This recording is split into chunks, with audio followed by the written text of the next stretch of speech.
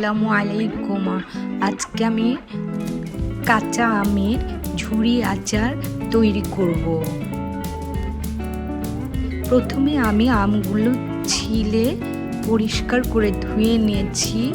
এখন আমি আমগুলোকে চাকুর সাহায্যে লম্বা লম্বা করে কয়েক চির করে তারপরে কাটার দিয়ে কেটে নিচ্ছি। দেখেন আমি কিভাবে আমগুলা ঝুরি ঝুরি করে কেটে নিয়েছি।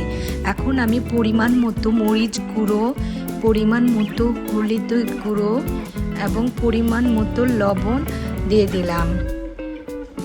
তারপর প্রায় আমার 4 কেজি আমের জন্য 1.25 কেজি চিনি দিয়ে দিলাম।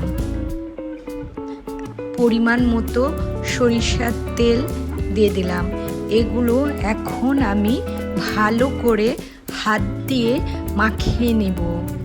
এটা সম্পূর্ণ চুলার আঁচ ছাড়াই তৈরি হবে।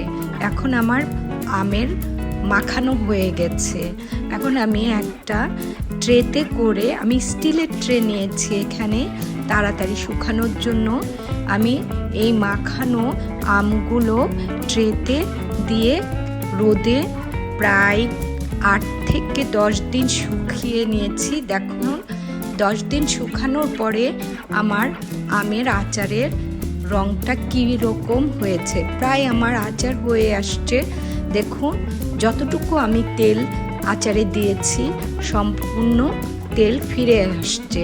এখন আমি 5 ফোড়ন ভেজে গুঁড়ো করে এই আচারে মিলিয়ে দিই। দেখুন আমগুলোতে আমি কিভাবে 5 ফোড়নগুলো মিশিয়ে দিচ্ছি যেন সম্পূর্ণটাতে ভালো মতো 5 ফোড়নের গুঁড়ো পৌঁছে যায়। আমি ভালো করে নেড়ে দিচ্ছি। হাতের এখন ছোঁয়া লাগানো যাবে না, তাহলে আচার নষ্ট হয়ে যাবে।